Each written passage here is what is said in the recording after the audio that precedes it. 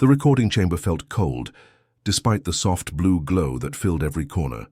General Kethvara moved slowly toward the reinforced chair, her massive body making the metal floor creak with each step. She was a sight that would terrify most beings in the galaxy, standing nearly 3 meters tall, with 6 powerful arms covered in ritual scars that told the story of 1,000 battles. Her violet eyes, each the size of a human fist, reflected decades of warfare and memories that refused to fade. The chair groaned as she settled into it, designed specifically for her species, but still struggling under her weight.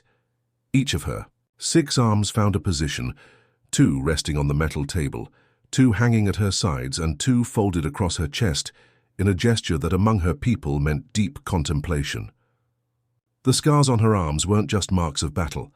They were a living record of every world conquered, every enemy defeated, every victory claimed in the name of the Galactic Coalition. Across from her sat military historian Naleth, barely, a third of her size and young even by his species standards. His nervous energy was obvious, as he fiddled with recording devices that cast strange dancing shadows across the chamber walls. The equipment was top of the line, capable of capturing not just sound, but emotional resonance, temperature changes, even the subtle pheromone releases that indicated truth or deception among different species. "Are you certain you want to proceed with this interview, General?" Naleth asked, his voice carrying the tremor of youth meeting legendary status. "The Coalition High Command has kept these records sealed for 40 years. There must be a reason." Kethvara's laugh was like rocks grinding together. "The reason, young historian, is fear. Fear of what we learned about a species that should have been nothing more than a footnote in galactic history." She leaned forward, her massive frame casting Nalith in shadow. "You understand that what I'm about to tell you is classified at the highest levels. The Human Coalition War. It changed everything we thought we knew about warfare." The recording devices hummed to life, their sensors adjusting to capture every nuance of the conversation. Naleth nodded nervously, checking his equipment. "One final time. The records show you commanded the 47th Assault Legion during the conflict. You were there when the Coalition first encountered organized human resistance. The official reports say—" "The official reports are lies," Kethvara interrupted, her voice rumbling like distant thunder rolling across a battlefield. "Sanitized versions of the truth, designed to help the galaxy sleep at night. When we learned that humans are not like other species, when we discovered that some creatures would rather burn the galaxy than bend the knee." Her claws, each as long as Naleth's fingers, scraped against the metal table, leaving thin grooves in the reinforced surface. The sound sent shivers through the young historian. He had studied countless species, documented hundreds of conflicts, but something in Kethvara's manner suggested this would be unlike anything in his archives. What made them different? Every species fights for survival when threatened. Kethvara's violet eyes seemed to look through him, focusing on memories, 4 decades old but still sharp as plasma fire. "Other species fight to live. Humans fight to make sure you die with them. Let me tell you about a human named Jae-hyun." She paused, her breathing deep and measured, as if summoning the strength to relive the memories she had spent years trying to forget. The recording chamber fell silent except for the soft hum of electronics and the barely audible whisper of the air recycling system.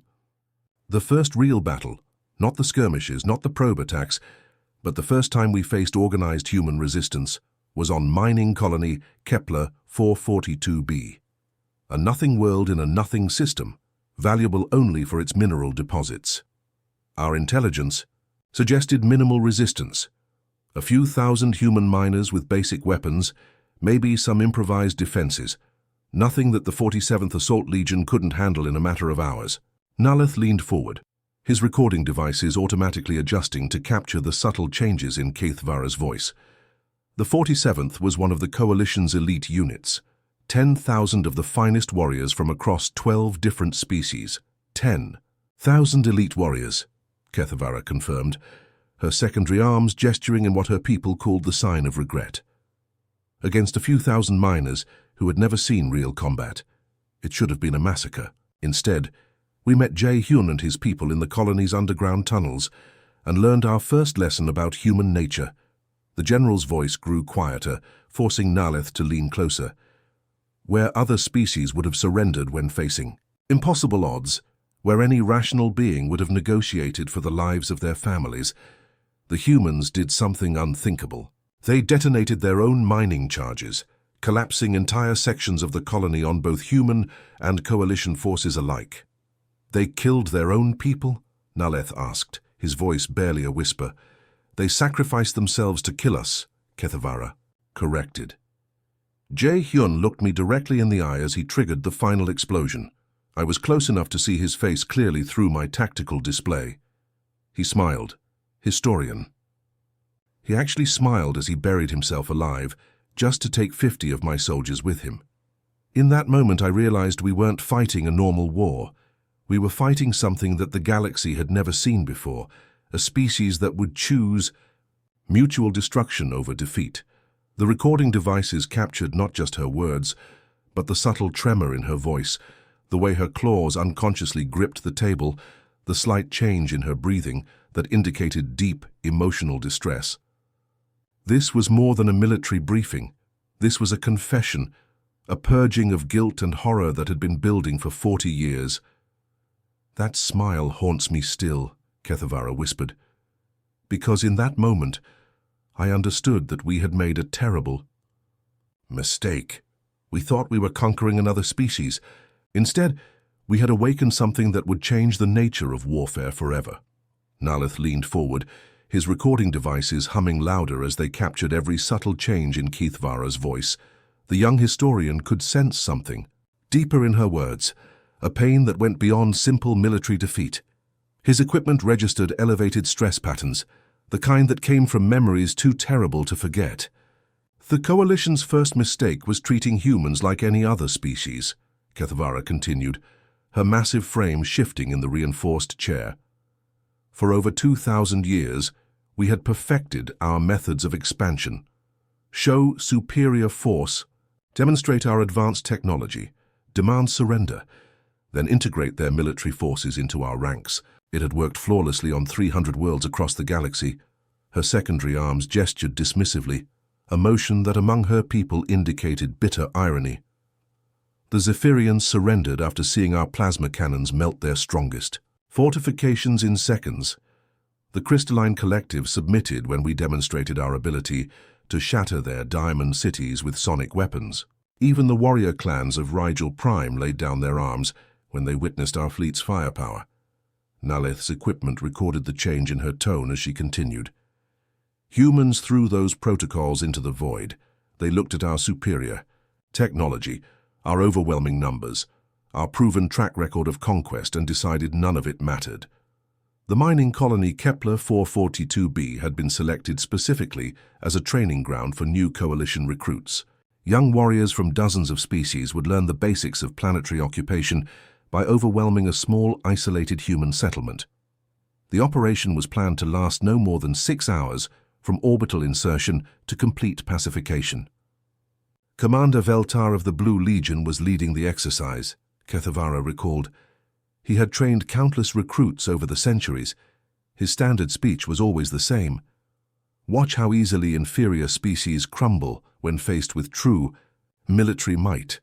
He was expecting the humans to wave white flags before we even landed. Instead, they encountered something unprecedented. The human defenders, led by a woman named Hye-jin, had transformed the mining colony into a maze of death. Every corridor became a carefully planned killing field. Every room held surprises that defied conventional military logic. Hye-jin was a mining engineer, not a soldier, Kethevara explained, her voice carrying grudging respect. She had spent her entire career learning how to move through rock and metal, how to shape underground spaces, how to make tunnels stable or unstable as needed. But she understood structural weaknesses better than our best military architects. The coalition forces entered the colony expecting token resistance. Instead, they found themselves in a three-dimensional puzzle where the very walls and floors became weapons. Hye-jin would collapse sections of tunnel at precisely calculated moments, forcing the invaders into narrow passages where their superior numbers meant nothing. Our heavy assault mechs, each worth more than most planetary defense budgets, became useless in those cramped spaces, Kethevara continued. She would bring down ceiling sections to separate our forces, then attack isolated groups with improvised weapons.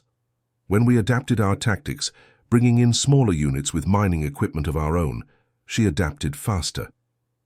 The battles in the tunnels lasted for weeks. Each day, the coalition forces would advance a few meters deeper into the colony, only to find new traps, new obstacles, new ways that Hyejin had turned the environment itself into a weapon. She used the colony's own mining charges, repurposed industrial equipment, even the ventilation systems to create hazards that coalition training had never prepared them for. She once flooded an entire section with toxic mining gases, Kethvara remembered. Our environmental suits protected us, but the delay gave her time to escape through maintenance shafts that our scanners couldn't detect. Another time, she used the colony's ore processing equipment to launch chunks of raw metal at our positions, primitive but effective. The psychological warfare was even more disturbing. Hyejin would leave messages written in basic galactic standard on the walls, simple words that became increasingly unsettling as the siege continued. "Welcome to our home. How many of your friends have died today? We're still here. Are you having fun yet?" The breaking point came when coalition forces finally cornered a group of human civilians in the colony's main habitat dome. Standard procedure was clear: use the civilians as leverage to force the military defenders to surrender. It was a tactic that had worked on countless worlds, appealing to the universal desire of sentient beings to protect their young and weak. Commander Veltar activated the translation systems and announced our terms, Kethvara said, her voice growing quieter. "Surrender immediately or the civilians would be harmed." It was a bluff, of course. Coalition doctrine prohibited harming non-combatants, but other species didn't know that. Instead of the expected pleading or negotiation, something unprecedented happened. The civilians, men, women, and children, picked up whatever weapons they could find and charged directly at the coalition lines. Mining tools, kitchen implements, pieces of broken metal, anything that could be used as a weapon. They weren't trained soldiers, Kethvara whispered. They were families, workers, people who had probably never held a real weapon in their lives. But they fought with a fury that shocked even veteran warriors. The image that haunted Kethvara most was burned into her memory with perfect clarity. A human child, couldn't have been more than 12 years old, threw himself directly onto one of the Coalition's heavy plasma weapons. The weapon was designed to cut through starship armor, and the child's body should have been vaporized instantly. Instead, his sacrifice jammed the firing mechanism for crucial seconds. His last words, translated by our computers, were, "For Hyejin." Kethvara's voice cracked with emotion that had been building for 4 decades. The child died to give the other civilians 3 seconds of advantage, 3 seconds to overrun our position and kill more of my soldiers. The civilian charge was a disaster for both sides. The coalition forces were caught completely off guard by the suicidal assault, while the humans paid a terrible price in lives.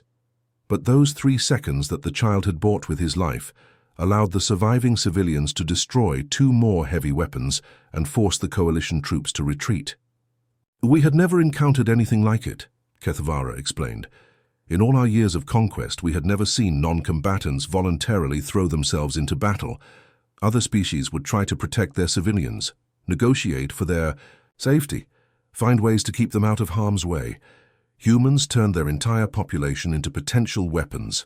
The siege continued for 2 more months. The coalition eventually took the colony, but at a cost that no one had anticipated. Over 3,000 elite troops were killed or wounded in what should have been a simple training exercise. Equipment worth billions of credits was destroyed or lost in the tunnels. Most importantly, the myth of coalition invincibility had been shattered. In the wreckage of the final battle, we found Hyejin's body in the colony's central power core, Kethvara said quietly.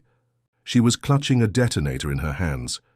Our engineers later determined that she had rigged the entire colony's power systems to explode. The blast would have killed everyone, human and coalition alike, and left a crater visible from orbit. The Drat detonator had malfunctioned by mere seconds. A single faulty circuit had prevented Hyejin from taking the ultimate step of mutual destruction, but the intent was clear, and it sent shockwaves through the Coalition command structure. We won that. Battle, Kethvara said, her massive frame seeming to shrink as the weight of memory pressed down on her. We planted our flag on the ruins of the colony and declared another victory for the Coalition. But we lost something far more important that day. We lost our certainty that victory was inevitable. We learned that somewhere in the galaxy was a species that would rather die than submit, and that knowledge changed everything. "Tell me about New Stalingrad," Nalith pressed, his young voice trembling with anticipation. The recording devices in the chamber seemed to lean closer, their sensors automatically adjusting to capture what promised to be the most crucial part of Kethvara's testimony. Kethvara's violet eyes darkened, becoming almost black as she stared into memories that still burned like acid in her mind. Her 6 arms tensed, claws extending slightly before she forced herself to relax. "New Stalingrad," she repeated, the name falling from her lips like a curse. The humans named it after some ancient battle on their homeworld, a place where their ancestors had fought to the death against impossible odds. When our fleet arrived in orbit, we thought it would be our greatest victory, the moment that would end human resistance forever. Instead, it became our greatest shame. The planet hung before the Coalition fleet like a blue and green jewel, seemingly peaceful from orbit. Long-range scanners showed normal atmospheric readings, standard urban centers, agricultural zones that appeared untouched by war. It looked like any of the hundreds of worlds the Coalition had conquered over the centuries. Our intelligence was flawed from the beginning, Kethvara continued, her voice heavy with bitter memory. Coalition High Command estimated 2 million human defenders on the planet's surface, military personnel, police forces, maybe some hastily trained militia. We brought a fleet of 800 ships carrying 4 million soldiers from 12 different species. It should have been overwhelming force. She paused, her breathing becoming deeper as she relived the moment of discovery. They were wrong. There weren't 2 million defenders on New Stalingrad. There were 12 million, including every civilian capable of holding a weapon. Men, women, elderly, even children who could barely lift a rifle. The entire population had been turned into a military force. The planet was humanity's primary military stronghold, but it was defended unlike anything the Coalition had ever encountered. Marshal Dongwu, the planet's military commander, and General So-young, his strategic partner, had spent 3 years preparing for the Coalition's inevitable arrival. What they created defied every conventional understanding of planetary defense. Marshal Dongwu didn't just fortify the cities, Kethvara explained, her secondary arms gesturing to illustrate the scope of the preparations. He fortified mountains, turning entire ranges into weapons platforms. He fortified valleys, creating killing fields that could channel our forces into predetermined zones. He even fortified the ocean floor, placing weapons and sensors beneath hundreds of meters of water. The transformation was complete and terrifying. Every square meter of the planet's surface had been designed with one purpose: to kill Coalition forces. Schools became ammunition depots. Hospitals were converted into fortress command centers. Even playgrounds held hidden weapon caches and communication arrays. General So-young was the tactical genius behind the defensive grid, Kethvara remembered. She had studied every Coalition victory for the past century, identifying patterns in our assault methods. Then she designed countermeasures for each one. Where we expected to find weak points, she placed the strongest defenses. Where we planned to concentrate our forces, she prepared the deadliest traps. The siege began according to standard Coalition doctrine. The fleet moved into orbital bombardment position and began systematic destruction of military targets. Plasma cannons that could melt through starship armor rained fire on the planet's surface for 72 hours straight. Cities vanished in columns of superheated gas. Mountain ranges were carved apart by energy beams visible from space. For 3 days we pounded that world with enough firepower to crack a moon, Kethvara said, her voice carrying the weight of remembered destruction. Our sensors showed massive devastation. Entire urban centers had been reduced to glowing craters. We thought the bombardment had broken their will to resist. On the 4th day, the humans responded with something that shocked the galaxy. Instead of surrender signals or requests for negotiation, Crude spacecraft began launching from the planet's surface. These weren't military vessels. They were converted civilian ships, mining craft, even atmospheric shuttles that had been hastily modified for spaceflight. The ships were flying coffins, Kethvara whispered. Minimal life support, basic engines, and every available space packed with explosives. Each one was piloted by a volunteer who knew they weren't coming back. General So Young led the first. Wave herself, piloting a converted mining vessel that was little more than engines, weapons, and a pilot's seat. Her target was the Coalition flagship, a massive dreadnought that served as the fleet's command center and housed the invasion's senior officers. I watched her ship accelerate toward us on the tactical display, Kethvara remembered.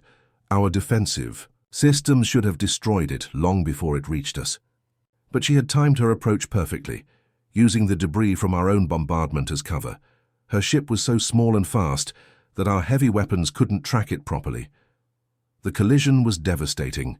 General So Young's ship, packed with mining explosives and industrial chemicals, punched through the flagship's shields and detonated directly on the bridge. The explosion killed her instantly, but it also took 400 Coalition officers with her, including 3 fleet admirals and the invasion's supreme commander. In one moment, she had decapitated our entire command structure, Kethvara said. But she wasn't alone. Behind her came dozens more suicide ships, each one targeting critical vessels in our fleet. Within an hour, we had lost 6 major warships and our entire tactical advantage. The ground assault that followed was a nightmare, beyond anything Coalition forces had experienced. The humans had poisoned their own atmosphere with combat chemicals, compounds that were harmless to human biology but caused severe disorientation and sickness in most alien species. Coalition troops had to wear environmental suits constantly, reducing their mobility and effectiveness. Every step forward cost us dozens of soldiers, Kethvara continued. They had buried explosives under every street, in every building, even in the rubble from our bombardment. Our heavy vehicles would trigger massive underground detonations. Our infantry would enter seemingly empty buildings only to find them rigged to collapse. The most disturbing aspect was the complete militarization of the civilian population. Children as young as 10 carried weapons and knew how to use them with deadly precision. Elderly humans who could barely walk would activate hidden explosives when Coalition forces approached. Even wounded humans would continue fighting until their last breath. I personally witnessed a human family's last stand, Kethvara whispered, her voice cracking with emotion that had been building for decades. We had cornered them in their home. Mother, father, 3 children. The building was surrounded, escape impossible. In any other species, they would have surrendered to save the children. The family fought with improvised weapons and whatever military equipment they had stockpiled. The parents held defensive positions while the children carried ammunition and tended wounds. When Coalition forces finally breached their shelter, only one child remained alive, a girl who couldn't have been older than 8. She was clutching a grenade in her small hands, Kethvara remembered, tears forming in her alien eyes. I tried to approach slowly, to talk her down, to save at least one member of that family. But she looked at me with eyes that held no fear, only determination. "Tell Marshal Dongwu we held the line," she said in perfect galactic standard. Then she smiled, that same terrifying human smile, and pulled the pin. The siege of New Stalingrad lasted 8 brutal months. Every day brought new horrors, new demonstrations of human tenacity that defied rational explanation. The Coalition forces, despite their overwhelming technological advantage, found themselves being slowly ground down by an enemy that refused to accept defeat. Marshal Dongwu never surrendered, Kethvara said quietly, even when his forces were reduced to isolated pockets of resistance. Even when the planet's surface had been turned into a hellscape of craters and ruins, he continued coordinating attacks against our forces. We found his body in the ruins of his command bunker, still clutching a detonator that would have destroyed the last remaining human stronghold. When the siege finally ended, New Stalingrad was a crater visible from space. The planet's surface had been so thoroughly devastated that it would take centuries to become habitable again. But the cost to the Coalition was equally devastating. "We lost two-thirds of our invasion fleet," Kethvara concluded, her massive frame seeming to collapse under the weight of memory. Ships that had conquered dozens of worlds, crews that had never known defeat, technology that was supposed to make us invincible, all destroyed by a species that fought with mining tools and improvised explosives, led by commanders who turned their entire world into a weapon. The victory was hollow, purchased with blood and suffering that changed the nature of the war forever. New Stalingrad became a symbol, not of Coalition might, but of human determination that bordered on madness. Naleth noticed that Kethvara's hands were shaking now, all 6 of them trembling against the reinforced table. The veteran warrior, who had commanded legions across the galaxy, was reduced to staring at the metal surface, lost in memories that clearly still tormented her decades later. Her violet eyes had grown distant, seeing not the recording chamber but battlefields light years away and years in the past.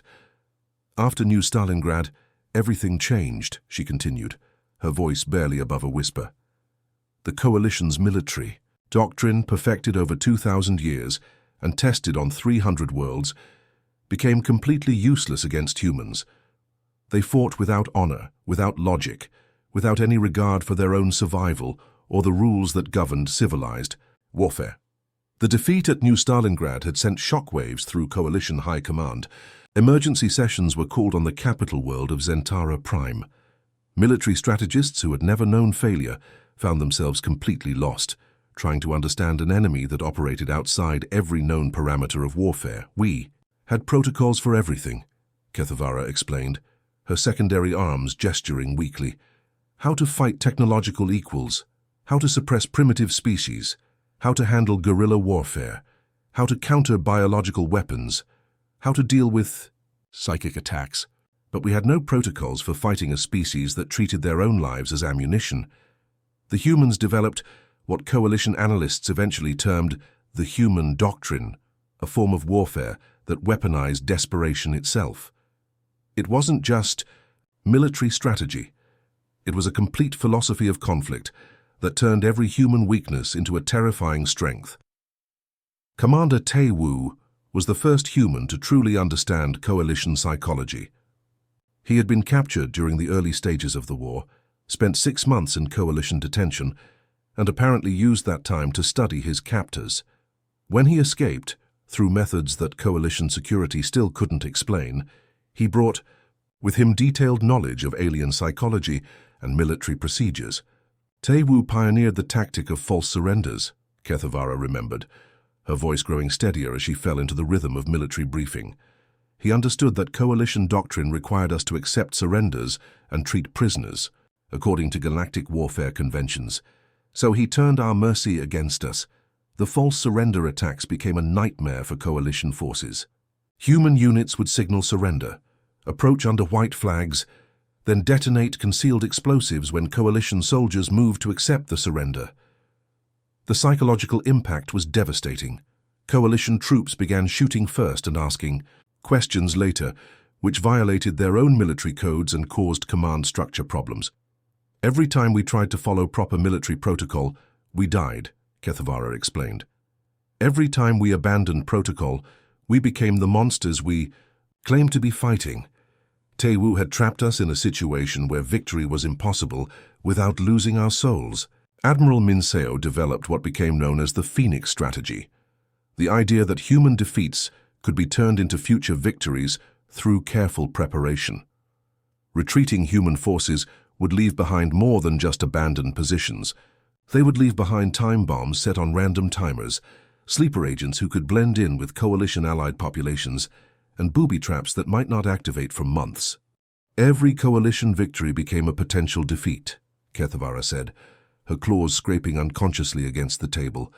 "We would capture a human position, celebrate, establish our own base there, and then 3 months later the entire facility would explode." Min Seo had taught her people to think in terms of years, not battles. The Phoenix strategy extended beyond simple explosives. Human prisoners would cooperate fully with interrogation, providing detailed information about their own forces' positions and capabilities. Coalition commanders thought they were winning intelligence victories, only to discover later that the information was deliberately misleading, designed to lead coalition forces into carefully prepared traps. But the worst was Captain Yunji. Kethevara shuddered, her massive frame actually trembling as she spoke the name. She specialized in psychological warfare that went beyond anything we had encountered in 2 millennia of conquest. Captain Yunji understood that the coalition's greatest strength, the diversity of species working together, could also be its greatest weakness. She studied the communication patterns, cultural taboos, and psychological pressure points of every major coalition species, then turned that knowledge into weapons more devastating than any plasma cannon. Her unit would capture our communication frequencies and broadcast the dying words of our soldiers back to our own forces, Kethevara whispered. But she wouldn't just play the recordings. She would edit them, manipulate them, create false messages. That sounded like our dead comrades were blaming us for their deaths. The psychological attacks became increasingly sophisticated. Yunji would take coalition dead and arrange their bodies in patterns that told stories. Patterns that meant nothing to humans, but carried deep cultural significance for the species involved. She would position Centaurian corpses in formations that in their culture indicated cowardice. She would arrange Vorthak bodies in poses that suggested betrayal of their sacred warrior codes. She turned our own dead against us, Kethevara said, her voice cracking. My soldiers would find the bodies of their comrades and see not fallen heroes but accusations of failure. It destroyed morale faster than any military defeat. The coalition tried desperately to adapt, implementing new security protocols, developing countermeasures, changing communication frequencies daily. But the humans adapted faster, always staying one step ahead of coalition responses. They reverse-engineered captured coalition technology, not just copying it, but improving it within weeks. They took our weapons and made them better, Kethevara explained. A plasma rifle that took our engineers decades to perfect, humans would modify in a week, to increase its power by 30%. They didn't just steal our technology, they perfected it. Even more disturbing was how humans turned coalition technology against itself. Captured weapons would be booby-trapped and left where coalition forces would find them. Medical equipment would be rigged to deliver poison instead of healing compounds. Communication devices would be modified to broadcast human propaganda instead of coalition orders. They used our own wounded as bait, Kethevara continued, her voice growing hollow. Human soldiers would fake injuries, call for medical assistance, let our medics begin treatment, then activate hidden explosives. They turned our compassion into a weapon against us. The most chilling example was a human soldier who had been genuinely wounded in battle. Coalition medics spent hours saving his life, treating him with the same care they would give their own wounded. When he recovered, he thanked them sincerely, seemed genuinely grateful for their help. 2 weeks later, he detonated a bomb that killed 15 coalition medical personnel. Captain Yunji once told a captured coalition officer, "Something that haunts me still," Kethevara recalled. She said humans had learned something from their own history. Never let the enemy sleep easy. Make them afraid of their own shadows. And they did exactly that. My soldiers started jumping at every sound, seeing enemies where there were none. The psychological warfare reached its peak when coalition forces began turning on each other. Troops would become convinced that their own allies were human infiltrators. Paranoia spread through the ranks like a plague. Command decisions were questioned, orders were disobeyed, and the carefully coordinated military machine that had conquered 300 worlds began to fall apart. Yunji had achieved something impossible, Kethevara said quietly. She had turned the coalition's greatest strength, our unity, into our greatest weakness. We were defeating ourselves faster than the humans ever could. The breaking point came with a discovery that shattered the coalition's confidence completely. Intelligence analysts uncovered evidence that humans had infiltrated not just military positions, but civilian populations throughout coalition space. The scope of the infiltration was staggering. A human agent named Kyung-Soo had been living as a coalition citizen for 5 years, Kethevara explained, her voice barely audible. 5 years. He had a job, friends, even a romantic relationship, with a Centaurian female. He attended social functions, paid taxes, participated in community activities. He was completely integrated into coalition society. Kyung-soo hadn't just been gathering intelligence, he had been planting explosives throughout the capital city of Zentara Prime, carefully positioned to maximize casualties and destroy critical infrastructure. The bombs were sophisticated, nearly undetectable, and could be triggered remotely from anywhere in the galaxy. Kyung-soo could have detonated those charges at any time, Kethevara explained, her hands still trembling. Kai could have killed millions of civilians, crippled the coalition government, ended the war in a single moment of destruction. Instead, he sent us a message that changed everything. The message was simple, delivered through official coalition communication channels with security codes that should have been impossible for humans to obtain. It read, "This is just one city on one world. We are everywhere now. End this war, or we will end everything." The implications were terrifying. If one human could infiltrate so deeply, how many others were out there? How many coalition worlds harbored human sleeper agents? How many government officials, military officers, even friends and colleagues might be human spies? That message didn't just threaten our military, Kethevara concluded. It threatened our entire civilization. We realized that humans had turned themselves into a virus, spreading throughout coalition space, waiting for the signal to activate. We weren't just fighting a war anymore, we were fighting for the survival of everything we had built over 2 millennia. The recording chamber fell silent, except for the soft hum of electronics and the barely audible whisper of air recycling systems. Kethevara's 6 arms hung motionless at her sides, her violet eyes staring into the distance, as if she could see across the galaxy to events that had changed the course of history. She took a long, shuddering breath before continuing her final chapter, the words coming slowly as if each one carried the weight of worlds. "The war officially ended with the Treaty of Proxima," she said, her voice barely above a whisper. "The history books will tell you it was a negotiated peace, a diplomatic triumph that saved countless lives on both sides. But that's not the whole truth.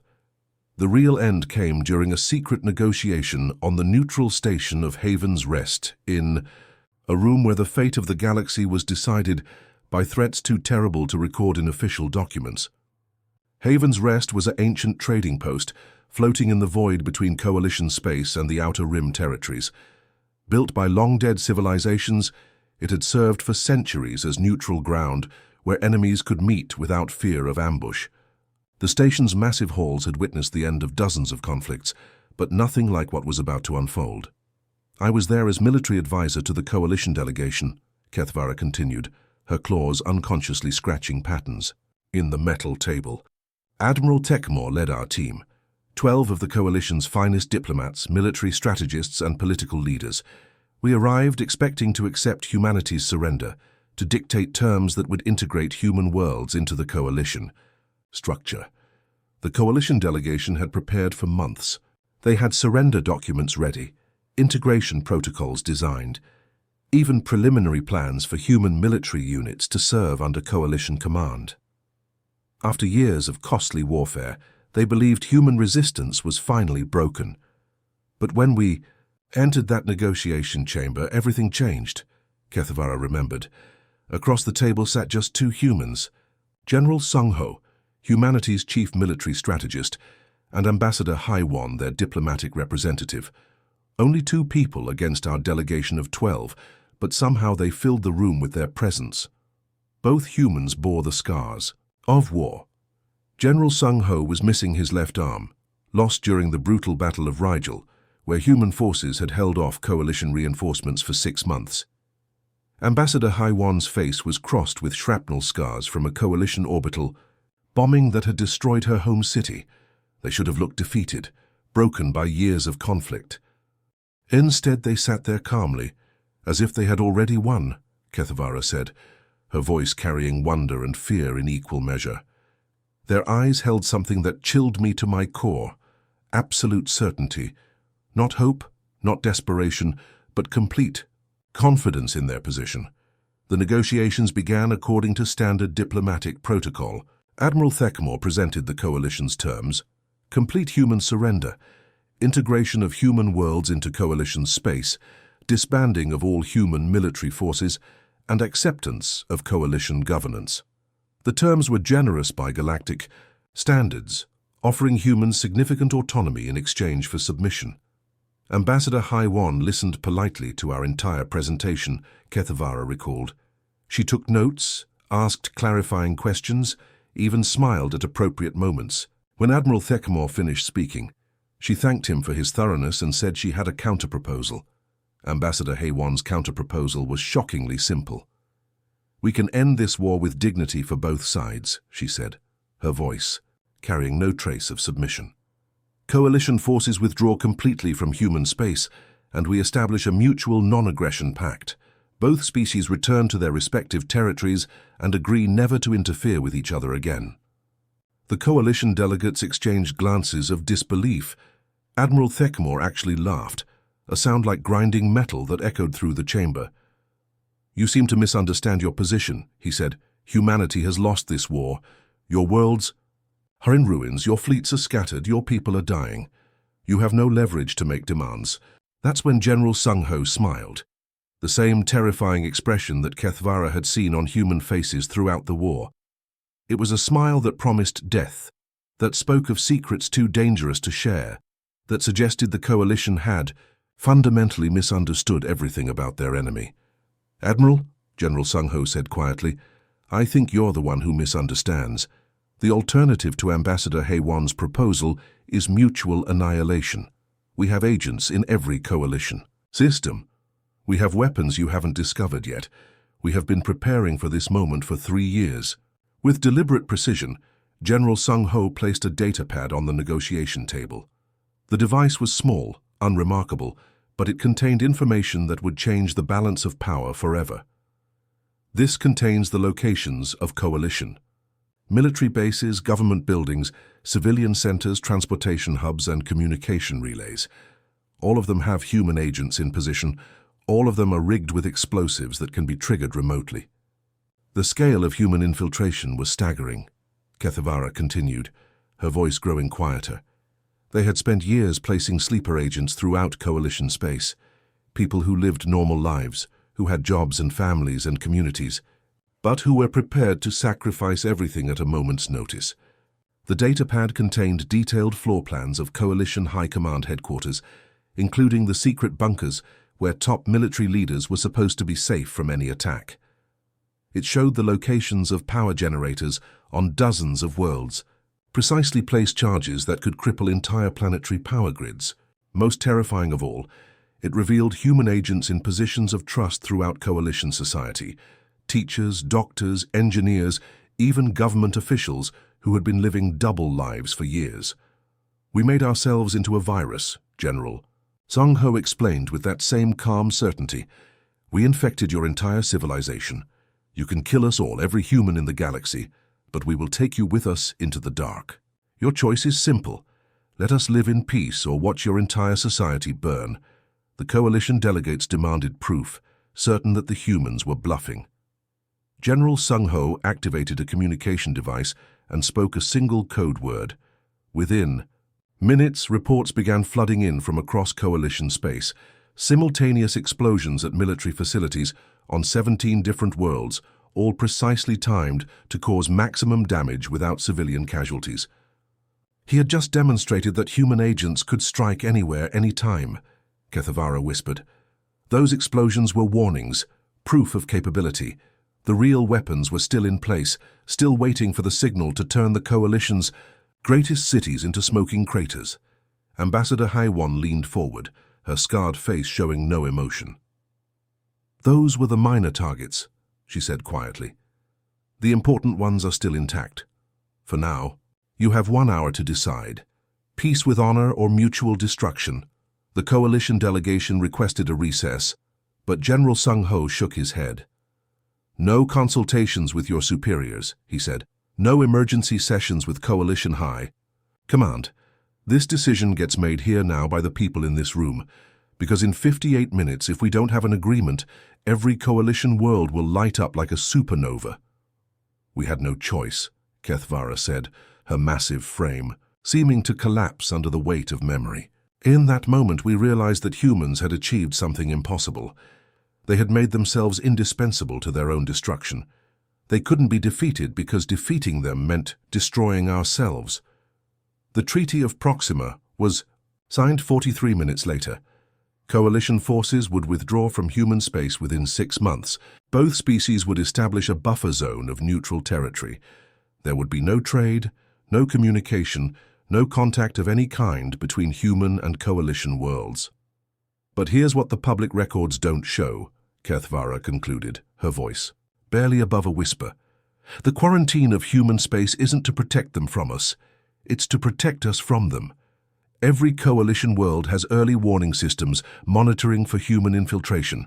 Every coalition ship carries scanners designed to detect human DNA.